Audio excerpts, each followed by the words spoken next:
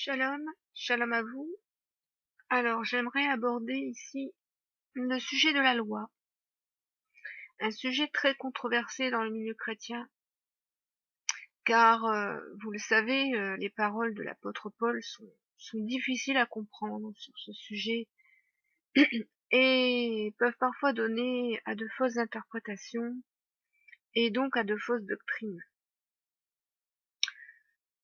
J'ai demandé l'aide du Seigneur sur ce sujet, car si Dieu a mis ses lois dans notre cœur, si nous sommes ainsi les véritables circoncis de cœur selon l'Esprit, il n'est pas pour autant si facile d'expliquer par les mots ce que l'Esprit amène à notre connaissance concernant la justice de Dieu et concernant cette loi. C'est pour ça que Paul, en essayant de l'expliquer, nous donne beaucoup de difficultés à le comprendre. Alors, comme vous avez remarqué que j'ai l'habitude de faire des audios qui sont relativement courts, je vais tenter ici d'être la plus brève et la plus précise possible. Donc j'ai demandé l'aide du Seigneur afin de pouvoir comprendre ce qu'il en est réellement au sujet de cette loi, sans être légaliste. Parce que vous savez que dès que nous parlons de la loi, nous sommes traités de légalistes.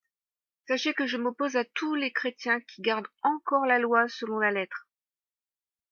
Aujourd'hui, nous ne devons plus suivre la loi selon la lettre, mais selon l'esprit. Je vais vous rappeler ce que Jésus a dit. Il a dit en Matthieu 5, 17, « Je ne suis pas venu abolir la loi, mais l'accomplir. » Il dira ensuite, « Car je vous le dis en vérité, tant que le ciel et la terre ne passeront point, il ne disparaîtra pas de la loi un seul iota ou un seul trait de lettre, jusqu'à ce que tout soit arrivé. » Pourquoi Jésus, Yeshua, a-t-il dit cela? Parce que si nous lisons la Torah, nous y lisons les ordonnances, les préceptes de Dieu, les commandements que Dieu a prescrits à son peuple, mais également les bénédictions que Dieu promet à son peuple, et les promesses également que Dieu a fait à son peuple. Et c'est pourquoi s'il est dit que nous ne sommes plus sous la condamnation et la malédiction de cette loi quand nous sommes en Christ, c'est parce que Yeshua accomplit cette loi parfaite en nous, qui ne pouvait l'être auparavant à cause de notre servitude au péché. Si donc nous sommes dégagés de la transgression de la loi, car la transgression de la parole est le péché, alors nous sommes dégagés de la condamnation et de la malédiction qui pesaient sur nous auparavant. Mais nous ne sommes pas pour autant dégagés des bénédictions de Dieu qui sont inscrites dans cette loi. Nous ne sommes pas non plus dégagés des promesses que Dieu a fait à son peuple Israël dans cette loi. Et si cette loi est maintenant parfaitement accomplie pour ceux qui sont en Christ, non plus selon la lettre mais selon l'esprit, Paul nous l'enseigne parfaitement en Romains 8. Il ne dit pas que nous sommes dégagés de la loi. Il dit, « Il n'y a donc maintenant aucune condamnation pour ceux qui sont en Jésus-Christ. En effet, la loi de l'esprit de vie en Jésus-Christ m'a affranchi de la loi du péché et de la mort. » Vous voyez ici, Paul fait bien une distinction entre la loi de l'esprit et la loi du péché. Parce que ces deux lois s'opposent. C'est la chair et l'esprit qui s'opposent, vous comprenez? Car chose impossible à la loi parce que la chair la rendait sans force. Dieu a condamné le péché dans la chair en envoyant, à cause du péché, son propre Fils dans une chair semblable à celle du péché, et cela afin que la justice de la loi fût accomplie en nous, qui marchons non selon la chair, mais selon l'esprit. Parce que si Jésus dit qu'il a accompli la loi, qu'il est venu l'accomplir, c'est pour l'accomplir en nous. C'est pourquoi il ne l'abolit pas en nous, il l'accomplit en nous. C'est pourquoi Paul dira en Romains 3, anéantissons-nous donc la loi par la foi? Loin de là, au contraire, nous confirmons la loi. Parce que la foi par laquelle nous sommes justifiés atteste et confirme la justice de la loi de Dieu. Notre foi confirme la loi de Dieu. Et ça, ce sont des points difficiles à comprendre dans les lettres de Paul. C'est parce que s'il y a confusion, c'est parce qu'il parle de plusieurs lois. Si vous lisez Romains, par exemple, vous verrez, il parle de la loi du péché, il parle de la loi des œuvres, il parle de la loi de Dieu, il parle de la loi de l'esprit de vie, etc., etc. Mais pour comprendre pourquoi Paul parle de plusieurs types de lois, c'est parce qu'il faut comprendre quand il parle de loi, il y a une notion de soumission à la loi. Nous obéissons à celui auquel nous sommes soumis. Et quand Paul parle, il nous explique parfaitement bien dans toutes ses lettres que nous sommes soumis soit à la chair, soit à l'esprit. Et il nous dit bien que la chair est en inimitié avec l'esprit.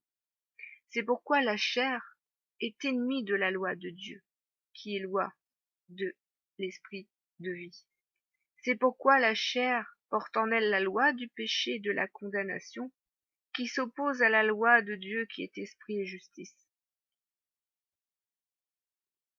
Adonai a été très clair sur ce sujet.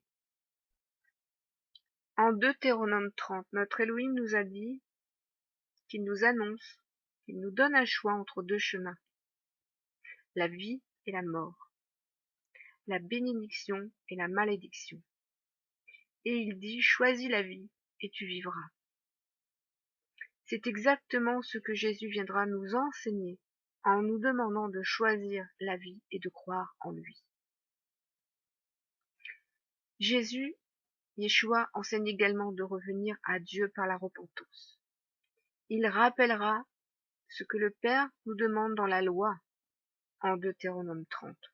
L'Éternel dit, Adonai Elohim, lorsque toutes ces choses t'arriveront, la bénédiction et la malédiction que je mets devant toi. Si tu les prends à cœur au milieu de toutes les nations chez lesquelles l'Éternel ton Dieu t'aura chassé, si tu reviens à l'Éternel ton Dieu, et ici, revenir à l'Éternel, c'est revenir de ses voies et se repentir, et si tu obéis à sa voix, et là, quand l'Éternel dit obéir à sa voix, c'est obéir à la voix de son Fils qui parle au nom de son Père. Si tu obéis à sa voix de tout ton cœur et de toute ton âme, toi et tes enfants, selon tout ce que je t'ai prescrit aujourd'hui, alors l'Éternel ton Dieu ramènera tes captifs et aura compassion de toi. Il te rassemblera encore du milieu de tous les peuples chez lesquels l'Éternel ton Dieu t'aura dispersé. Quand tu seras exilé à l'autre extrémité du ciel, l'Éternel, ton Dieu, te rassemblera de là, et c'est là qu'il t'ira chercher. Et vous savez que ça annonce l'enlèvement. Matthieu 24 dit, il rassemblera les élus des quatre coins de la terre, parce qu'ils ont été dispersés. Il parle d'Israël dans Matthieu 24, Yeshua. Et il rappelle ce que le Père dit en Deutéronome 30. L'Éternel, ton Dieu, te rassemblera de là, et c'est là qu'il t'ira chercher quand tu seras exilé à l'autre extrémité du ciel. Et pourquoi il va nous rassembler? L'Éternel, ton Dieu, te ramènera dans le pays que possédaient tes pères, et tu le posséderas parce qu'il nous ramènera en Israël, sur notre terre. Et il te fera du bien, et te rendra plus nombreux que tes pères. L'Éternel, ton Dieu, circoncira ton cœur et le cœur de ta postérité. Vous voyez qu'ici, il est bien question de la circoncision du cœur dont te parle Paul. Tout ce que Paul dit est enseigné dans la Torah, mes frères et sœurs. Ceux qui vous disent que vous êtes dégagés de cette Torah, c'est donc que vous êtes dégagés de cet enseignement. Non, cet enseignement est la vérité. L'Éternel ton Dieu circoncira ton cœur et le cœur de ta postérité, et tu aimeras l'Éternel ton Dieu de tout ton cœur, de toute ton âme, afin que tu vives. L'Éternel ton Dieu fera tomber toutes ces malédictions, non plus sur toi, mais sur tes ennemis, sur ceux qui t'auront haï et persécuté. Et toi, tu reviendras à l'Éternel.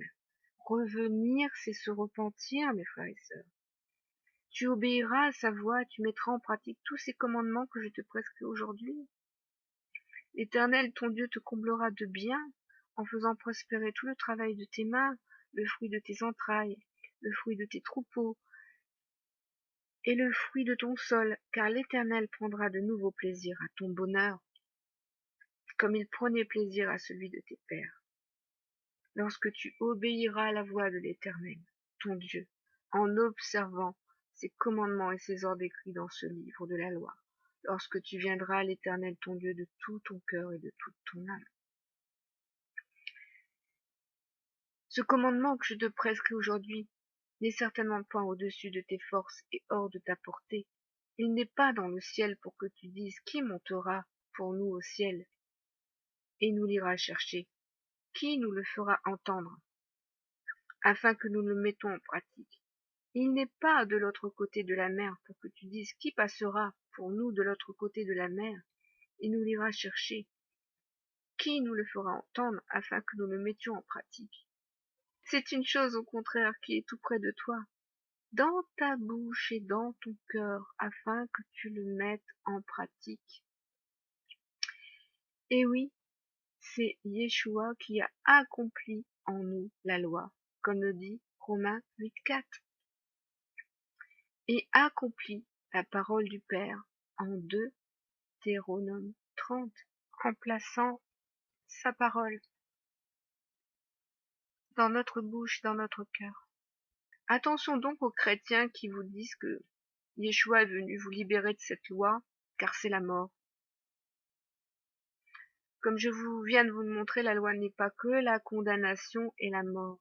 C'est aussi la bénédiction et la promesse de Dieu pour son peuple Israël. C'est aussi la promesse de la délivrance, la promesse du Messie. Et nous sommes Israël, non plus circoncis selon la lettre, mais selon l'Esprit de Dieu. Et nous gardons l'espérance de toutes ces promesses. Car les temps de la fin ne sont pas encore arrivés. C'est pourquoi Jésus, Yeshua dit, pas un seul iota de la loi ne disparaîtra tant que tout soit arrivé. Et tout n'est pas encore arrivé, frères et sœurs. Le ciel et la terre subsistent toujours. Il faut comprendre que la Torah, c'est aussi l'enseignement de toutes les prophéties que Dieu a données par la bouche de ses prophètes. Et nous savons bien que certaines de ces prophéties ne sont toujours pas réalisées, car elles concernent la fin. Abolir la Torah et s'en dégager totalement, c'est rejeter toutes les prophéties qui nous concernent et concernent notre temps, et même celui de l'avènement. Ceux qui vous disent à tort que Jésus est venu vous dégager de la loi, en vous enseignant que c'est tout ce qui est écrit dans la loi, ils abolissent également alors les psaumes de David, alors que nous savons que David prophétise dans les psaumes tout ce qui concerne le Messie. Ceux qui vous disent à tort que Jésus est venu pour vous dégager de la loi, en vous enseignant que c'est tout ce qui est écrit dans la loi, abolissent également le sacrifice. Beaucoup d'ailleurs vous disent à tort que les directives sacrificielles sont abolies à présent, ce qui est faux, car Yeshua est devenu le sacrifice perpétuel dans le temple, non plus fait de main d'homme, mais de Dieu. Et si ce sacrifice perpétuel n'était plus, il n'y aurait plus de salut pour les hommes. Le sacrifice perpétuel existe toujours. C'est bien en ce sens que la loi n'est pas abolie, mais accomplie par Jésus. Je vous rappelle à cet effet, d'ailleurs, dans le lien de description de la vidéo, une autre vidéo que j'ai faite concernant Paul et où je montre comment Paul et les apôtres prêchaient la bonne nouvelle du royaume, la Torah en main, parce que le Seigneur avait enseigné à ses disciples tout ce qui se rapportait à lui dans la parole de son Père. Ne faites donc pas l'erreur de rejeter cette instruction et cette parole du Père en écoutant ceux qui me traiteront de légaliste ou traiteront d'autres chrétiens de légaliste. La parole de Dieu, sachez-le, est éternelle et elle subsiste à toujours, a dit David dans les psaumes. Et les commandements de Dieu sont la vie, dit encore David. Pourquoi Jésus a gardé les commandements de son Père? Il le dit en Jean 15. Comme le Père m'a aimé, je vous ai aussi aimé. Demeurez dans mon amour, si vous gardez mes commandements. Vous demeurerez dans mon amour, de même que j'ai gardé les commandements de mon Père et que je demeure dans son amour. Pourquoi Yeshua enseignait la Torah dans le temple à chaque Shabbat? Car il connaissait la parole de son Père et pouvait annoncer qu'il était l'accomplissement des prophéties de cette parole. Vous savez, j'ai beaucoup appris avec le Seigneur, justement à chaque Shabbat, en lisant la Torah, sous le conseil de Dieu, parce que c'est Dieu le Père lui-même qui m'a demandé de lire sa Torah. Et le Seigneur m'a justement révélé en lisant la Torah tout ce qui était caché et voilé le concernant. La Torah renferme toute la prophétie messianique du Fils de Dieu. Mais également aussi, je vous le dis, toute la révélation qui touche à l'Apocalypse. J'ai compris énormément par l'instruction de Yeshua, par son esprit, tout ce qui concerne l'Apocalypse, par la Torah. Alors il n'est pas ici question de se remettre sous la loi et de faire du légalisme. Il est question de recevoir l'instruction de Dieu.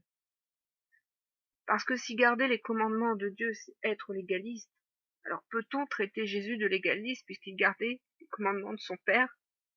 Non, bien sûr que non. Jésus est devenu la Torah vivante, car en lui est la loi de Dieu, la loi de l'esprit de vie et de vérité. Il n'est pas question de pratiquer la loi comme le font les rabbins juifs, mais selon l'esprit, car c'est le Fils qui accomplit la loi en nous, comme le dit Romains 8,4. Et c'est par la foi que nous avons reçu de Christ que nous confirmons la loi comme étant la justice de Dieu et la vie. Soyez tous bénis.